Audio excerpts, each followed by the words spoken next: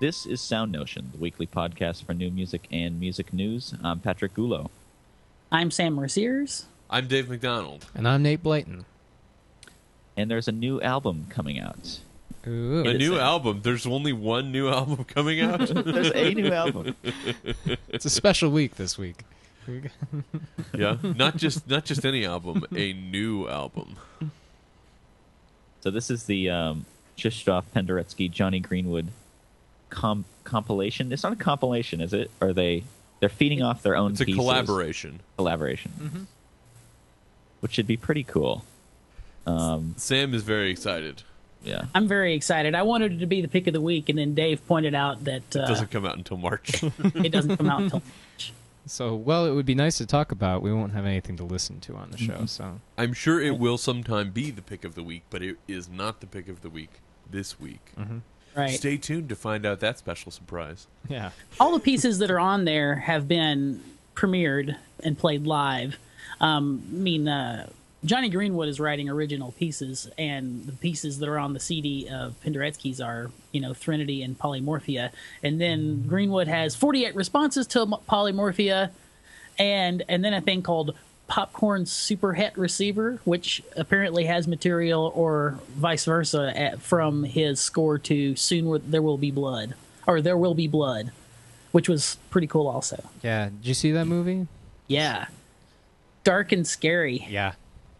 And the opening music, the way it sets up, sort of trying to cover a lot of exposition about, I can't remember the main character's name, but trying to cover what he's like and how he got to be who he is, and the music is super tense, similar to the beginning of Dark Knight. Oh, yeah. and I'd say similar to the beginning of The Social Network, too. Yeah. It's like screechy at the beginning. Yeah. Drone-based. Yeah. And I don't mean the kind that Iran is now selling toys of. Oh, man. We get political on the show. Did it just get a little political in here? I'm feeling a little... No. All right. It's just Sam's childish sense of humor, finding a word that he can relate to some other thing. That's about it. And since Is that a device that you use often in your writing, Sam? No way. Never.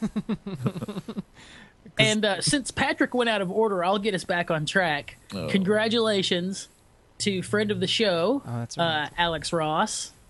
There is a festival being staged. Where is it? In London? In London, next year. South Bank Centre in London stage a festival based on his book, The Rest Is Noise. You can read about it on Alex Ross's blog, The Rest Is Noise. But yeah, it looks like it's going to be pretty cool. He has bowed out of covering or reviewing in any way the two orchestras that are going to be involved, which would be South Bank and the London Phil. So anyway, that's people in London. Lucky for you. Very, very cool. Yeah, it's exciting. Yeah. We should also point out that we have been, this is kind of not in the rundown, so I apologize for taking us a little off track. The last few weeks we've been streaming the show live. So if you're watching this recorded and that sounds like something you'd be interested in doing, we record the show at 11 a.m. or whenever Sam decides to join us. On Sunday mornings, that's Eastern time. I'm just making fun of Sam because it was him this week, but it's usually one of us. Yeah, right. But we record at 11 a.m. ish on Sunday mornings, barring technical difficulties and sleeping in. Yeah. And so you can join us live at soundnotion.tv/live. And we actually are going to start streaming all of our shows live, and you can go there. There's a chat room there that's provided by Ustream. So unfortunately, you have to have a Ustream account, but that's free. Yep. Easy to set up. You can join us in our conversation. I don't even think they've sent me any spam. So. And there's a little ad that plays before you. Yeah, join, there are ads in the live stream, but yeah. So just stick around for 10 seconds or so after you hear some ad, and then right. And we apologize for that. We're not associated with that ad. That's a Ustream thing. And please join the chat room if you can. We've had some friends join in on that, and it's been pretty fun to see what they've been saying and everything. And right now, I'm feeling pretty lonely in the chat room myself. It's just Nate. So. Anyway, I apologize for taking us off track. There's the URL across the bottom of the screen there. SoundNotion.tv/live. So please, if you're watching us, join us in the chat room. And if you're watching this recorded, maybe next week, if you've got the time available, Sunday, 11 a.m. Eastern time. So anyway, back to our real topics. Yeah. You know, the ones about music. David Smooke had an interesting article this week about shtick. Yeah. On New Music Box, and kind of the difference between having a voice and having shtick. So, at what point do your kind of devices that you like as a composer become almost a caricature of your sound as a composer? At some point, you want to have some things. It's good to have some things that are yours, that somebody can hear this music and say, yes, indeed, that sounds like the music of Sam Mercier's. But it's not good when they say, oh, man, that's the same stupid thing I heard from Sam Mercier's 3 years ago. You know? So what's the difference there?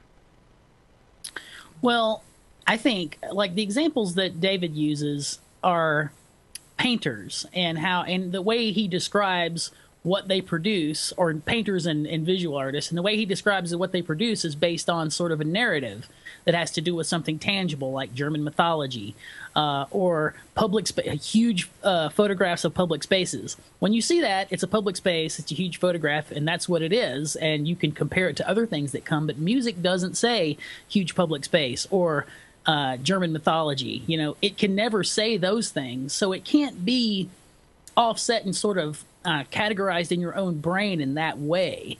I mean, the pieces themselves can't say that that's how they're organized. Now, the composer can go out of their way to make sure everybody understands my music is based on the, man's humanity to man or whatever.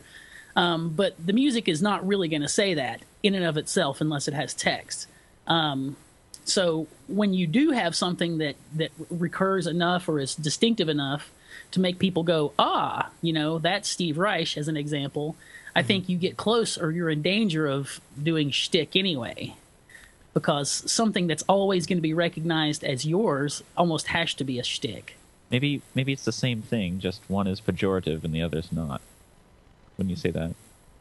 I don't. Wait. Explain to me more, Sam. What you're saying? I don't think I understand what you're saying. That you have to have text to have a unique voice. Well, if you're just using David's examples, he's talking about visual artists whose works they're going to continue making works that are organized on this principle, and German mythology as an example. Yeah, and the way that I think part of this discussion is talking about the medium with which you do it, because a lot of that, like making a series of pieces about German mythology, to me is like I'm writing a string quartet, and I feel like I got some ideas out of it, but I'm not done writing string quartets. Right. Yeah, but a series of paintings about German mythology can make very clear, stark references to that mythology. Music can't do that. Sure. But can't you build a voice through musical abstractions the way you do everything else in music? Like style, are you talking about? I think style. So. I think you can come up with a style that's recognizable, but I was speaking specifically about the types of way of organizing an artist's output that David was talking about. Yeah. So how do you feel about not taking literal narrative content, but taking like a group of notes, or taking a phrase and making one piece out of that, and then feeling like, well, I got a lot done. This feels like a complete piece, but I think there might be more I could do with that phrase, and so you make another piece. Well, I think exploring that same content, but in a different way. I think that composers do that constantly, and I think composers do that with subject matter like German mythology. It's just that the product can't say German mythology in such an absolute way as something like a painting can. Yeah, but can't they do the same thing with something like repetition or they can. Quintuple meter or certain harmonies or certain scales? They can, but what I'm saying is you get dangerously close to being to a shtick very quickly when you start having a composer who's recognizable based on those kinds of things. And it's a thin line, but like he says in the article, to me, Steve Reich is not shtick, it's style, and I recognize Steve Reich's piece. And, well, while I enjoy some of Jacob TV's music, I would say he's slouched his way into shtick, at least at times, Yeah, he does bring up Jacob Tervelthaus, or however he says his name. Yeah. Why do I always end up being the person who takes the hit for the team on pronunciations? Because you've been to Italy and That's you're good exactly at what I was Italian, so you've got the Latin thing going on, you've got the Romance thing going on. Yeah. Whatever. If there's any German things, I'll pronounce it. Okay. You're Okay. just the smartest, Dave. That's, you know what? I think that's it, Sam. Yeah. You do have the you're most okay in my degrees out book. of us, I guess. Right. Yeah. Anyway. If I could say something about this, I think Yeah. it's actually basically the same thing, voice and shtick. I think just one, we don't want to say shtick, but it's okay to say voice. It's like a euphemism, someone has a certain voice, like even a painter, like if you're a cubist artist or something like that, is that a Right. shtick? Yeah. Or is that a voice? I mean, like, it has such legitimacy in art, but for someone like, as well as minimalism does. Yeah. But I mean, if you do those things that aren't or haven't been solidified for a while, then someone say, "Oh, well, that's maybe just their shtick or something." But Yeah. I think it's basically the same thing, to tell you the truth. No, and I feel the same way, and it's just about like whether you like it or whether you feel this content is exhausted, and like if you can continue to make interesting work out of this one thing, then great. And if I don't like Coldplay's some of the specific content, if I don't think it's interesting enough to write 4 albums using a lot of the same material, then I wouldn't really call that shtick. But it's going like something like that is kind of what I hear you talking about, maybe of it being the same kind of thing, but just like taking it in a negative way as opposed to think it's a positive, like, yeah, they're really exploring this cubism or whatever for a long time. Right. Yeah. And I think that actually bringing up Coldplay brings up, I think, an important aspect of this is economics. Mm-hmm. Is when you're buying something, when you're commissioning a work or buying a recording or buying a ticket to a premiere, what your expectations are. Yeah. And there are a lot of people who like what Steve Reich does. And if they bought this CD because of the name that's associated with it, or if some organization commissions Steve Reich because they like his music, and then he decides to write something else, Yeah. They might be really disappointed. they might be if pretty upset. Yeah. And I wouldn't assume at all that that's never happened in Reich's career. I mean, I don't remember what year it was written, but Pendulum music is, not as clear-cut and neat and well-defined and succinct as a lot of his other music, Right. Yeah. So I would imagine there were some, the same way people react when bands come out with a completely different sound. Some people love it, and some people go, they've sold out or they've changed and they don't rock anymore or whatever. The first album was way better. Mm-hmm. Yeah. And there are composers. The first album was Better Syndrome. Yeah, exactly. Composers deal with this all the time. I think there are a lot of composers who are really going out of their way to reinvent themselves on a regular basis. And sometimes there's still a sense of identity even in that reimagined music. One of my favorite examples of this would be like Stravinsky, who wrote so many different kinds of music. One of the things I like to say about Stravinsky is that pretty much everybody likes Stravinsky, because no matter what you like, there was a time when Stravinsky was writing music like that. That's interesting. Yeah. But it always sounds Stravinsky. But there's something essentially Stravinsky-ish about it, even in the weird rotational serialism. There's something about it that to me sounds like Stravinsky, and I don't know what it is. Well, when you get into doing the serialism pieces, actually that kind of organization works really well for the way he does lots of things, like takes small motives and repeats them overlapping on each other. And, you hear the same 3-note cell a lot in 40 seconds or whatever, and moved all over the orchestra. It's very amenable to serial composition. So then how does Stravinsky balance those things, and Yeah. other people have such a struggle? He was a great composer. Yeah, he's just He way was better. just really good. I don't like leaving it at that. Well, and we'll get to more of that kind of stuff when we talk about the Kyle Gann article. Exactly. I was just thinking Oh, about that. indeed. Before we get to that, you First time's free, sweetie. That's right. Mm. Madam Butterfly said. What are you talking about, The Sam? first high is always free. That's right. I thought about making the note for this. Opera Carolina wants to addict your children by giving them the first one for free. So what are we talking about? Opera Carolina is in an effort. We're always talking about butt projects, putting butts in the seats, and Okay. You should be more specific, and Kidding. maybe you should come up with a different name than Butt Project. it's like on Stewart when they come up with a name that he Yes. supposedly doesn't know about. Yes. Yeah. It's like, So oh, the newest butt project from Carolina, Opera Carolina, is basically free concerts. Unfortunately, the first free concert was Madame Butterfly. No. I like Puccini as much as the next guy, but Madame Butterfly. I don't like Puccini as much as Really? the next. I like Puccini sometimes, but Madame Butterfly is boring. Sorry. Sorry, opera people. Your favorites are boring. It just seems like So, Everything you like, I hate. I so don't think in that's trying true.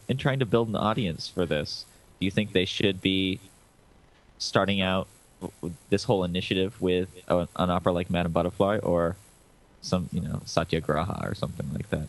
Einstein on the beach. Yeah, right. Like Every opera what's, is like this. what's going to accomplish?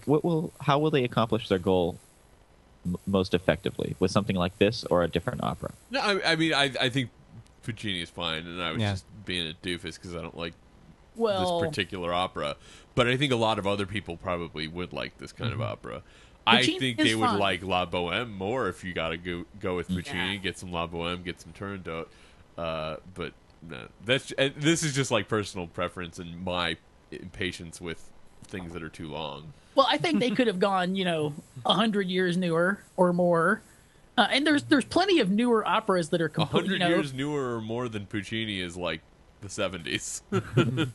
I know. so That's what I'm Einstein- saying. Okay. There's plenty of way more contemporary operas that are, opera is surely there's lots of very strange avant-garde operas out there, but there's also lots of much newer operas that are still very digestible to average listeners and have text that you can understand because it's in English, as an example. Well, but I don't know. Et cetera, Were they et cetera. singing? Were they singing in English? There are a lot of opera companies in the United States that perform foreign operas in English, and I think I don't that's remember cool. it saying In anything in the about that. article, they said they had the captions, Yeah. the titles, Super or titles, whatever. yeah. It's translation. Yeah. Yeah.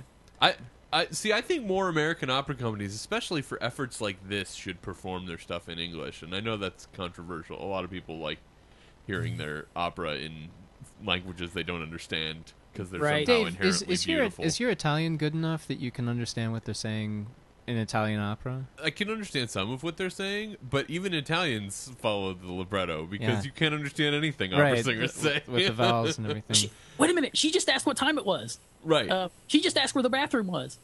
right. It's my Italian. And then she said it again, and and again. She's still Now- talking about that. Well, I'm a firm advocate of new music. Obviously, it is a good choice, probably as far as like a culturally embedded piece that somebody can say, "Hey, I saw Madame Butterfly last night. It was the first opera I've ever seen." There's a better chance that more people that person runs into are going to go, "Oh, Madame Butterfly, I've heard of that." Blah blah blah blah blah, etc. You know what I mean? Yeah, yeah. No, I So get that. It's got a good brand. But to I think send there are even people out other there. operas that would even do that better. Like That's there's true. like you could pick Aida or something like that. Like everybody knows the stuff from Aida, or like I said, Turandot. Everybody knows Nessun Dorma because it's used in all these films. Well, I think a lot of what's It exciting should about be a- this is not necessarily the choice of the opera, but just like, I mean, their means and their methods of presenting it. Yeah, Yeah. they scheduled one performance and it filled to capacity almost immediately, so they Yeah. immediately scheduled a second performance. That's pretty great. Yeah. Yeah. So kudos to them, even though We'll I'm see not- if it works. I mean, the test of this is going to be if they do this and people show up to pay for the next opera. Yeah. Right. If people said, "Oh, that was pretty great," now I'm going to buy a ticket to see Mozart or something. Well, And I still think out of 100 people, you're going to get one or two. The rest of them are still going to go see the Tom Petty concert or whatever. I don't know. Not if you wine and dine them, Sam. It depends. It depends if they. You think? I would think that if they liked it, if they tried something and they liked it, they would do it again, and maybe they liked it. Do you think Maybe. that's totally unreasonable that somebody would go see an opera and like it?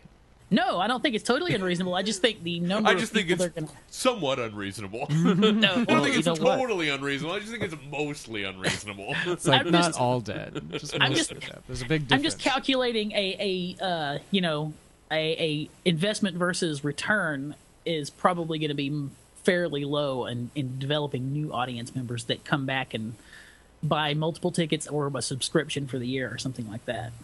Well, I suppose we'll see. Well, Let's- remember when we were answering, like David Colma had commented on a post from a previous episode. It must have been like 20 episodes ago. Back in the day. Back in the day, back when we were so young. But Back when Sam was only 40. Mm-hmm. Sorry, I'm ripping on Sam really hard this week. I'm sorry, Sam. It's because you're just mad at how slow my computer reboots. Not all of us can have the solid state space drive, shuttle. Yeah, right. anyways, he was talking about how people don't like opera today, and they should, because it has a wealth of artistic offerings and things like that. And then I had responded to him saying, it just can't compete with pyrotechnics and high definition action sequences and things like that. And I don't think it can really. I've seen some pretty spectacular, in the literal sense, opera. Yeah. Yeah. I've seen opera performed with like tens of thousands of people in a stadium, and What they need to do is make Spider-Man the opera. Yeah, but I mean, like, And I on think- on the merits of the production, like the reason why that would be so popular is because it's a popular opera, and there's a culture developed around that opera or the opera in general. But I mean, if you're just putting together, like, I'm able to do this with a computer on a screen, and I'm able to do this live, I mean, most people are going to choose the car chase scene instead of two people saying how much they love each other on stage. I mean, there was something, and this is something I think I learned, maybe even for the first time, from seeing Einstein on the Beach last weekend, was just the power of seeing those people, particularly the dancers and the vocalists on stage, doing the staging that they did, and like recognizing that those were real people doing it. Yeah. Now. That was something that, like, even sitting down and watching a 4-hour film, like, they might have edited it. They might have gone, like, took a break, gone back and got a drink or something like that, or even probably as they would for a film, do it over a series of months and, like, really not have it be the same kind of marathon as you're experiencing it, for, like, not have it be that for them at Right. the same time too. And so, like, that's something that I think that element of having these be humans and have it be a creative process that you're seeing unfold is something that Yeah. I think I And agree. Patrick, I think you're underselling live performance. I think people who have not been to a lot of live performances before may not realize how Yeah. different it is. And that's, I think, what this is doing for them, is giving them this opportunity to see something made right in front of them that they may not have ever imagined before. And then they'll realize how cool it is. I feel changed, you know. Yeah, I mean, I'm not. But, maybe I am underselling it, but I mean, I don't know. Do you really think that's like that style of art can compete? Yes. Like, as we I go think, into the I future? think theater is doing great. As far as like I think American dramatic theater is doing all right. Great might be a stretch, but Yeah. it's not struggling the way opera is struggling. Well, Right. which is becoming more prosperous as we go along. I don't know, but I don't know. we should. I feel maybe we there's a- should have a Alright. guest on for that. to I need talk I need about- stats. Yeah, exactly. So We don't need have the facts to numbers. back that up. So Yeah. but as far as creating a Let's just we don't need facts. We have our gut. As far as creating a spectacle goes, don't tell me that like with the Met with a giant tilting stage with all kinds of other gizmos that come out of it so they can make a hillside with a terraced hillside by tilting the stage. That's no more. It's no less technologically advanced as far as putting on a show than Tommy Lee spinning in a drum cage over the audience on hydraulics. Yeah. And from what I understand, that's like before the age of film. That's what people went to see the spectacle, was to go see the opera, because that's where all the crazy stuff was going down. And when the Met opened Das Rheingold in their recent ring cycle, it opened with the Rhine Maiden suspended from wires, swimming through the thing, and a projection that was tracking them live and making bubbles around them when they moved and sang. Yeah, and that's spectacle to me, if I've ever seen spectacle. Actually, Anthony Tomasini did a review of the opening of the last installment of The Ring. I thought about putting it in the doc, but I didn't. But anyway, he said he thought it was the best because they dialed back the amount of techno spectacle. Man, so all this, I think, like me personally, I've never been to a show like that, though. Right. And I think a lot of it is it hasn't been in my area and I haven't had access to it. And so things like this of bringing, like, I'm the audience that I hope gets wrapped in, gets hooked on this stuff as well. Like the culturally aware non-attender. To use the buzzword. That's right. I feel like this is a different kind of spectacle, but as spectacular as, the Fast and the Furious. Yeah. They're too fast. Vin Diesel, eat your heart out. That's right. We got Puccini on our side. Nice. Oh, God. Oh, dear. So, let's move on to this article by Kyle Gann. So let's move on after that comment. Let's move on from that awkward statement. So, Patrick's favorite topic: objective criteria for evaluating music. Going back to this. Oh, man. It all comes back to this at some point. Is this real? This that we're experiencing? How can we really know? So Kyle Gann had an interesting blog post this week, and in it he talks about an experience that he had writing music recently, where he had something written and he knew that it wasn't quite right and that something wasn't quite right about it, and then he changed it in a very small way. Also in a way, I think, notably that contradicted one of his basic conceptions of this piece. But he changed it in this small little way, and all of a sudden he knew that was right, and he never questioned it again. And one of the problems that he has, he's a teacher. He teaches composition. How does he give that instinct to his students? Have you guys had an experience like this before? I think we've all experienced, you mean like feeling the, quote, click in our own composition? Yeah.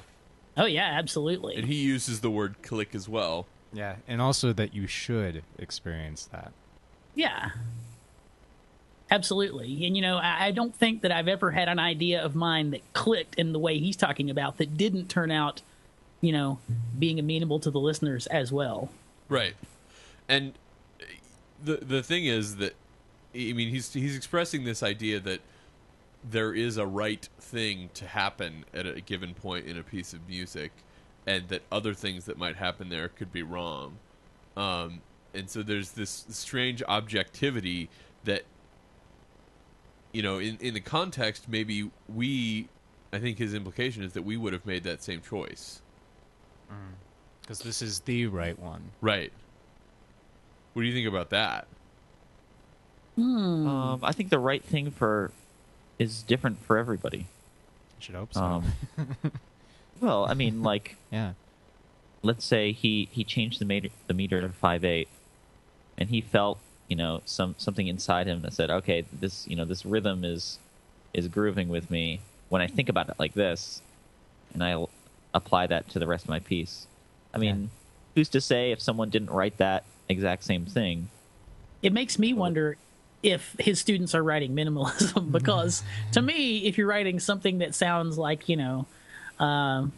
post World War II, angst-ridden German, dissonant music or whatever. That's way different. Evaluating that and finding what he calls the wrong notes is way different than if you're listening to a minimalism piece.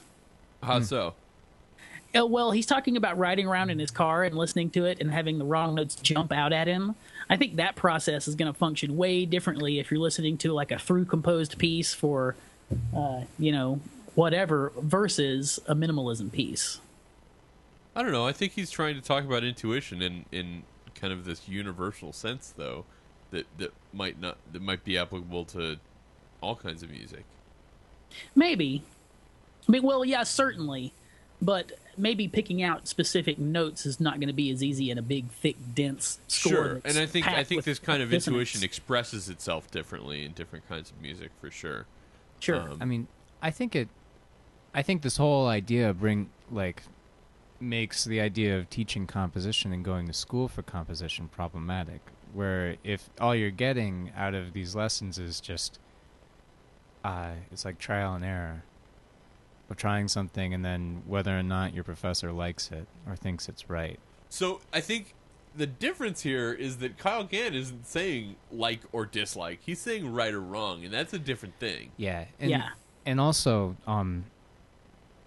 if there was one right way to have that measure happen, that reduces, that means that with those choice of notes, there's one way to do it. And if that was really true, then I think you'd run out of phrases pretty quickly.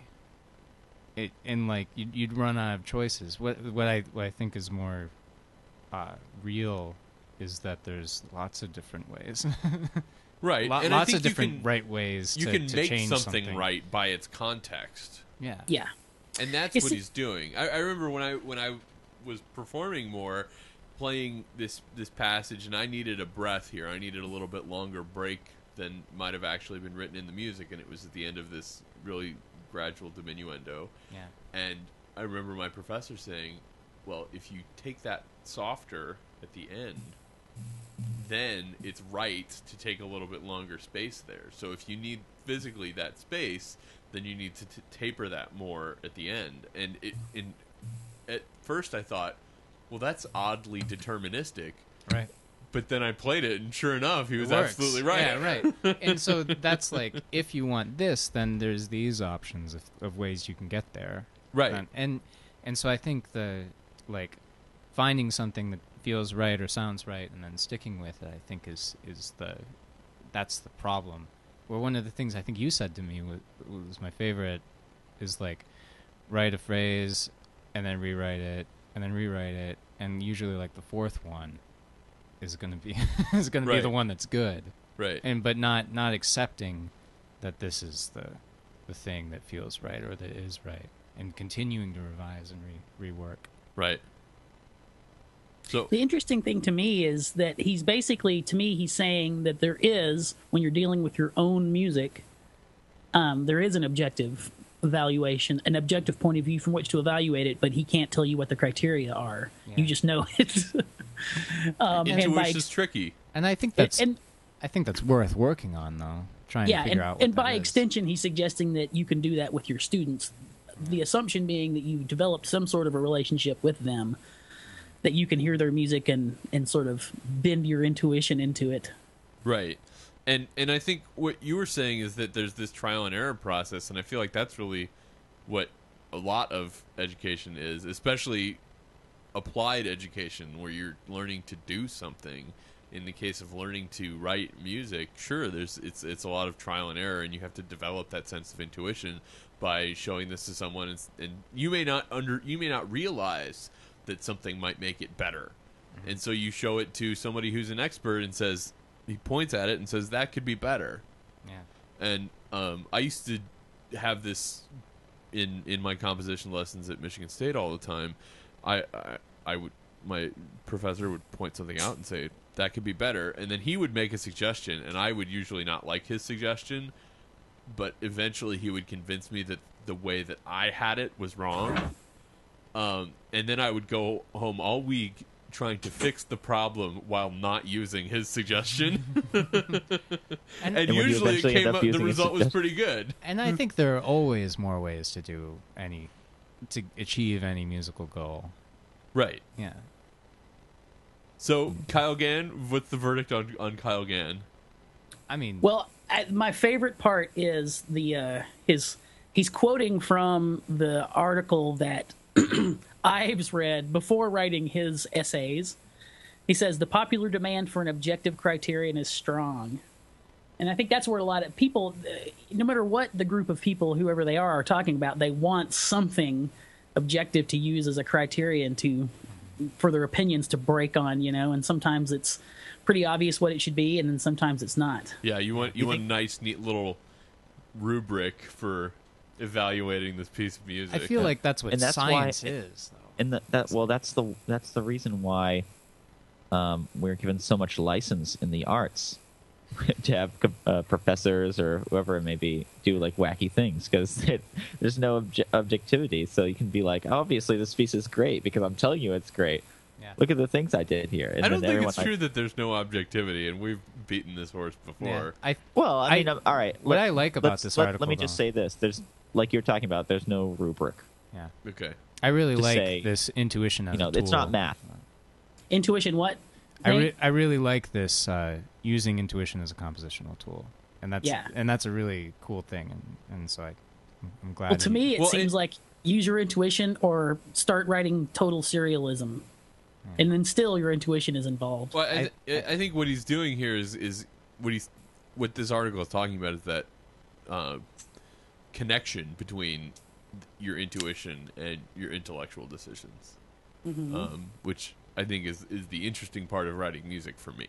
Yeah. Is combining intuition and kind of this I don't know, it's cognitive, this very conscious decision. Right. So Well, I got to tell you, sometimes there are very intuitive directions I find myself writing with regards to tonality. sure. And even if it's been like a solidified tonality in the tonal sense of 18th century counterpoint or something like that, do you find, I mean, Dave, in your own composition, I mean, you don't write like tonally, but I mean, do you find yourself using like applications that aren't just simply fleeting? What do you mean? In that type of writing, like, are you using your intuition from your whole experience of music as you've grown up, pop music? Yeah. Like- Yeah, I mean, ideas not necessarily about tone and pitch content, but ideas about consonance and dissonance in the sense of tension and release, and structure and things like that. And not all intuition comes from the same places. Yeah. I take some intuition from Bach, and I take other intuition from Barrio. Yeah. And I don't think that means that it's not intuitive from the perspective of one. Yeah, and I think part of this definition of intuition is just like using things that you've learned, even if you're not really like calculating it so much. And if you're playing the home version of our game, this is why it's important to listen. The pick of the week. Pick of the week. We still don't have a drop. I keep saying every week we should have an awesome animated drop for this, And I think I've said, yeah, I'll get it on it in After Effects. and then it never Yeah, happens. oops. We'll do it sometime. Eventually. Yes. So our pick of the week, Sam actually found this one, so I think we should let Sam talk about it. Well, I was multitasking. Oh, Hold sorry. On, let me get my brain back. Let me get my brain back in order here. This is the Why pick of the Music week. Ensemble? Yeah, Why Music, which I'm not going to give a full rundown because I don't know that it would be accurate, but this is a group, is it a sextet, a string trio, clarinet, flute, and trumpet with on this album called Beautiful Mechanical. Is some other players, at least a guitar player on a couple of tracks. But this group, Y Music, is responsible for a lot of the sort of orchestrated parts that you'll hear in some popular indie bands, Sufjan Stevens and Feist. I know those are accurate as an example. It's, a bunch of symphony-trained musicians who play gigs all over, but they've also got this group. And so they've released an album that has a bunch of different compositions by a bunch of different composers, including, big names in the, quote, composer field, like Judd Greenstein, all the way to people who you wouldn't really call composers typically. Son Lux, who is, I forgot his real name, but it's like techno kind of stuff normally, So the stylistically ranges from, It's like bass and bass.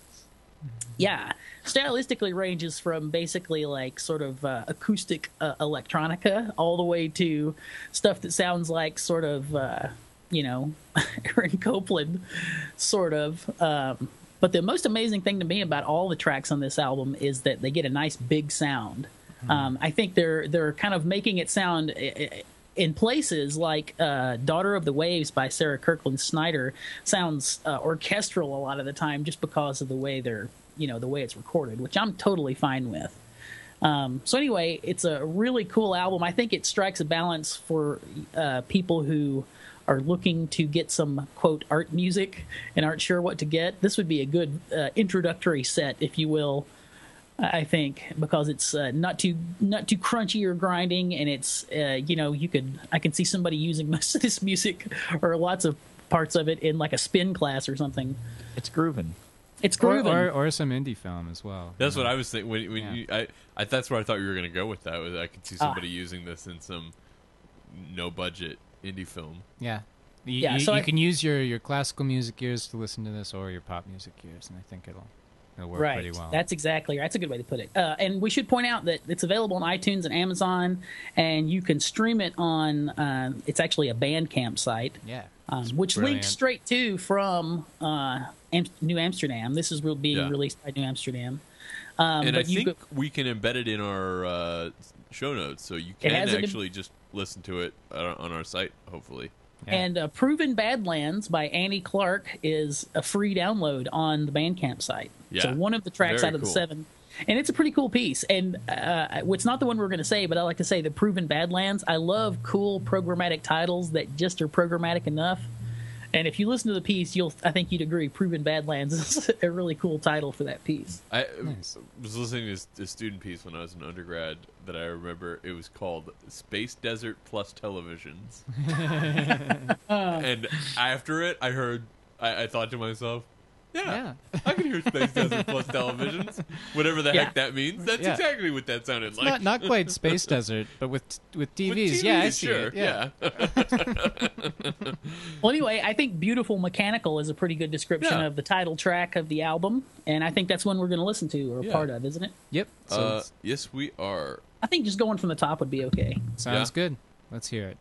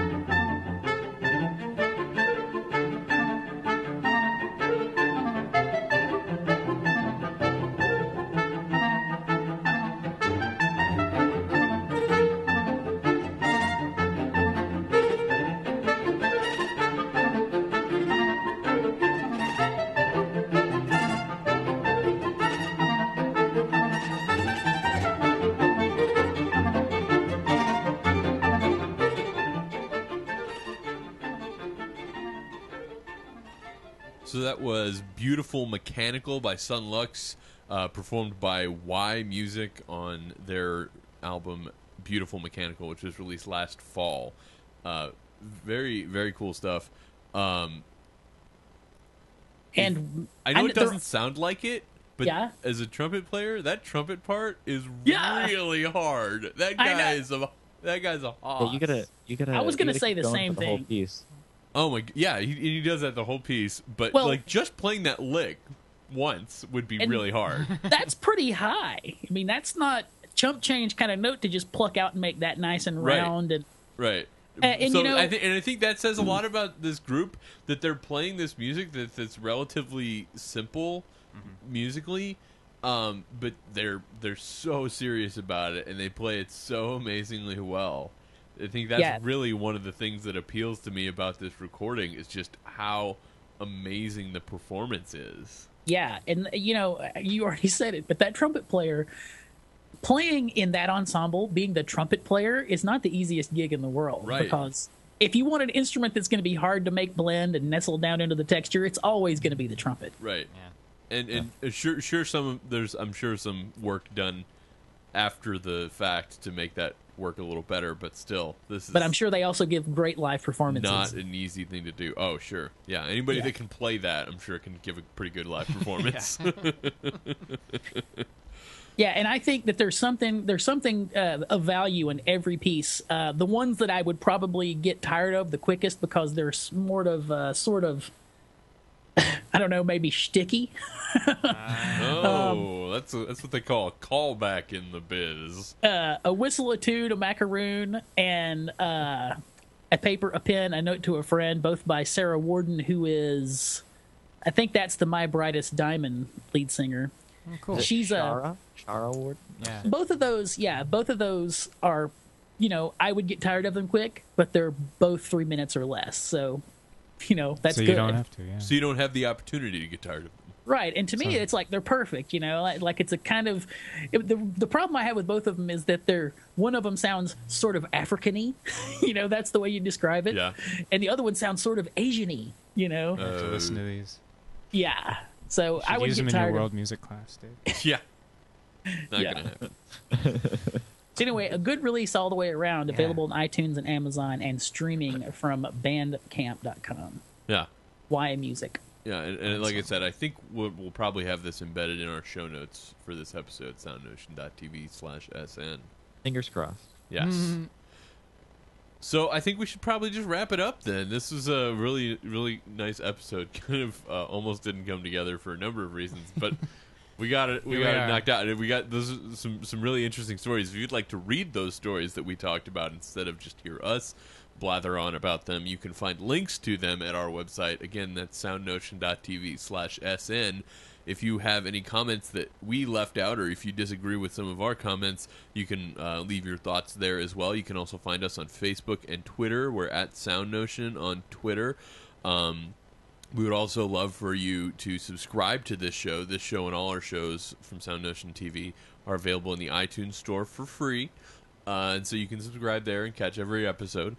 SoundNotion's introduction includes music by Patrick Gulo. Thank you for joining us again this week, Patrick. Oh, my pleasure. And video, of course, by Tyler Lepp. Thanks again for watching, and we'll see you next week.